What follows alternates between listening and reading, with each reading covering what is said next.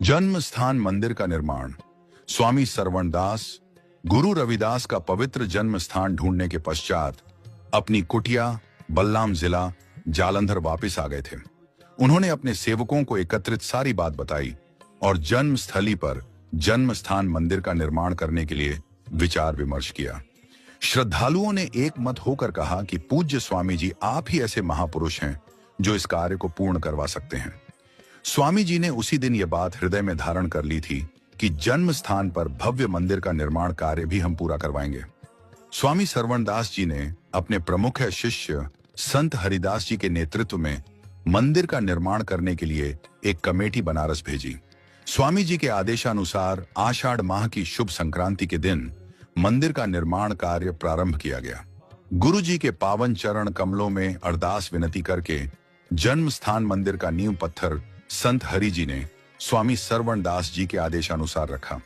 उनके साथ सारी संगत थी जो गुरु रविदास जी की जय तथा संत स्वामी सरवणदास जी की जय जयकार कर रही थी। स्वामी हरिदास जी ने इमली के सूखे पेड़ में जल डाला और चंद दिन पश्चात उस इमली के वृक्ष की हरी हरी कोमल कोपलें अंकुरित होने लग गई थी। आज यह वृक्ष काफी फैला हुआ पेड़ बन चुका है। ज्यों ज्यों मंदिर बनता गया त्यों त्यों इमली का पेड़ भी बढ़ता गया। संत हरिदास जी बनारस शहर के आसपास के गांव में जाकर लोगों को अमृतवाणी गुरु रविदास जी का संदेश सुनाते रहते थे। गंगा द्वारा सुपारी लेने तथा कंगन देने की कथा, ऐसे ही उनके बारे में एक अन्य कथा बनाई गई है कि एक बार एक ब्राह्मण गंगा तीर्थ को जा रहा था।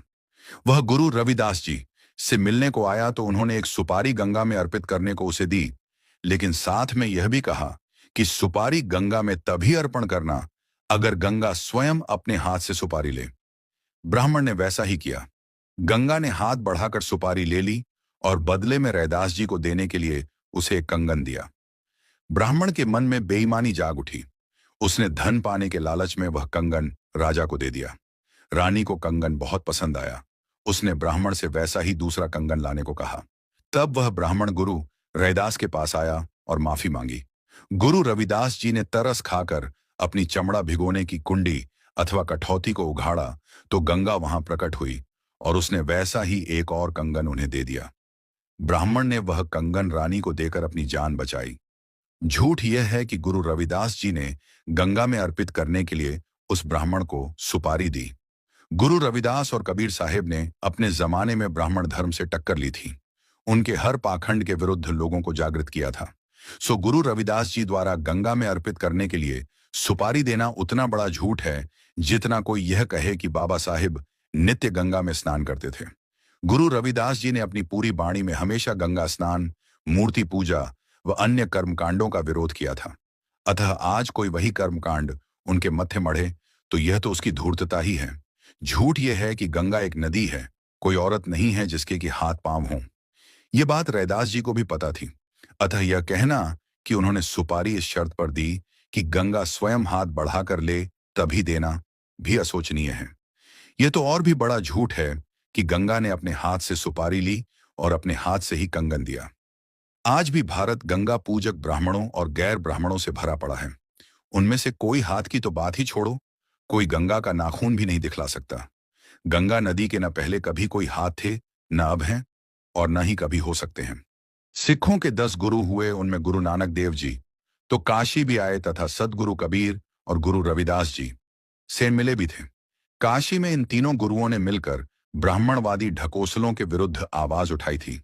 गुरु गोविंद सिंह जी ने तो सदगुरु कबीर के शब्द सूरा सोई सहारिये, जो लड़ई दीन के हेत पुरजा पुरजा होए भोय रहे, कबहू न छोड़े खेत को अपने जीवन में पूरी तरह उतार लिया था। इसी सिद्धांत के आधार पर उन्होंने खालसा पंथ की स्थापना की, अर्थात ऐसे लोगों की फौज बनाई जो अधर्म और अन्याय के विरुद्ध तब तक जूझते रहे जब तक उनका रोम रोम शहीद नहीं हो गया। उनकी इसी खालसा फौज में अनेकों दलित वीरों ने गुरु कबीर के आदेश को सच कर दिखाया था। दशम गुरु गोविंद सिंह ने अपने कार्यकाल में समस्त भारत के संतों की वाणी को संकलित किया और उनको गुरु ग्रंथ साहिब में शामिल किया। उन्होंने लगभग हर दलित संत रैदास, कबीर, नामदेव, बुल्ले शाह, फरीद आदि की वाणी को गुरु ग्रंथ साहिब में दर्ज किया। उन्होंने यह भी आदेश दिया कि उनके बाद ग्रंथ साहिब को ही गुरु माना जाएगा। उन्होंने आदेश दिया, सब सिखों को हुक्म है, गुरु मान्यो ग्रंथ। इस तरह उन्होंने उन सभी संतों को गुरु बना दिया जिनकी बाणी गुरु ग्रंथ साहिब में दर्ज है। संतों की बाणी को तो गुरु मानकर माथा टेकते हैं, लेकिन उसी बाणी के रचनाकारों को छोटा बताते हुए उन्हें भक्त कहकर संबोधित करते हैं। यहां एक बात और भी ध्यान देने योग्य है कि सिख धर्म के संस्थापक गुरु नानक देव भी गुरु रैदास की बाणी को भी गाया करते थे। राधा स्वामी डेरा कृत गुरु रैदास 25। जो लोग रैदास जी की बाणी गाने वाले प्रथम पातशाह नानक देव को तो गुरु कहकर बुलाते हैं, और वही लोग गुरु रविदास जी को जब भक्त कहकर बुलाते हैं तो अपने दिमागी पक्षपात का सबूत देते हैं।